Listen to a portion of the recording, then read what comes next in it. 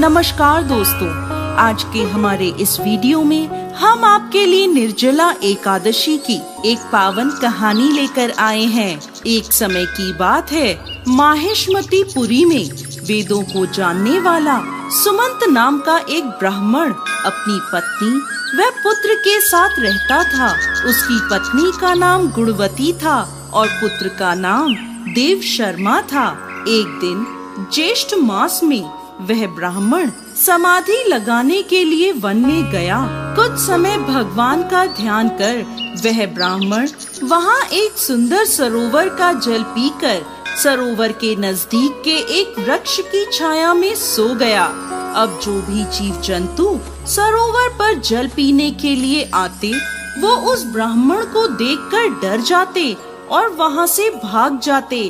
ज्येष्ठ माह की गर्मी को सहन न कर पाने से और प्यास से कुछ नन्हे जीव जंतु मृत्यु को प्राप्त हो गए।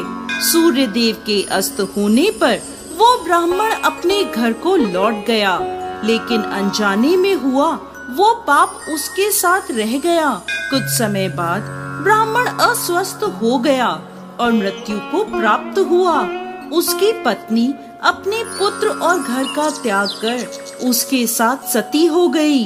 ज्येष्ठ माह में अज्ञात पाप के दोष से नरक की यातनाओं को भोग कर वो दोनों ब्राह्मण और ब्राह्मणी पपीहे की योनि में पड़ गए और अपने पुत्र के घर के समीप एक वृक्ष पर रहने लगे। वहाँ रहते हुए पपीहा अपने पूर्व जन्म के कर्मों को याद कर जोर जोर से रोता। उसके पुत्र ने जब पपीहे के रोने की आवाज सुनी तो उसे वहाँ से भगाने लगा, लेकिन वो वहाँ से नहीं गया और रोता रहा।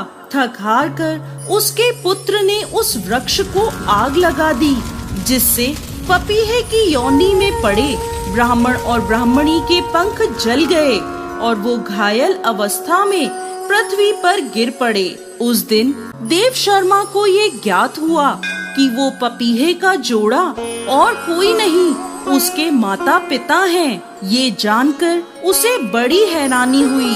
वो ब्राह्मण पुत्र श्रेष्ठ ऋषियों के आश्रम पर पहुंचा और अपने माता पिता का सारा वृत्तांत सुना दिया और उनके उद्धार का उपाय पूछने लगा। तब ऋषियों ने उसे बताया, तुम्हारे पिता पर पूर्व जन्म का अज्ञात पाप है। उससे मुक्ति के लिए तुम्हें ज्येष्ठ मास की निर्जला एकादशी का व्रत करना होगा, जो सभी एकादशियों में सर्वोपरि है। इसके साथ तुम्हें जलपान की व्यवस्था करनी होगी। तब ब्राह्मण पुत्र ने अपने माता पिता के निमित्त निर्जला एकादशी का व्रत करा। निर्जन वन में जीव जंतुओं के लिए पानी की व्यवस्था करी। साथ ही जगह जगह पानी के प्याऊ लगवा दिए, जहाँ सभी मनुष्य पशु पक्षी जीव जंतु आकर जल पीने लगे। उसके इस पुण्य के प्रभाव से उसके माता पिता को पपीहे की योनि से छुटकारा मिल गया। वो अपने पुत्र को सुख समृद्धि और ऐश्वर्य का आशीर्वाद देकर वैकुंठ को चले गए। इस प्रकार निर्जला एकादशी को जलदान का अति महत्व है, जो मनुष्य प्राणियों जीव जंतुओं और पक्षियों के लिए जल की व्यवस्था करता है और साथ ही निर्जला एकादशी का व्रत उपवास करता है, वो इस लोक के सुखों को भोग कर अंत में मोक्ष को प्राप्त करता है।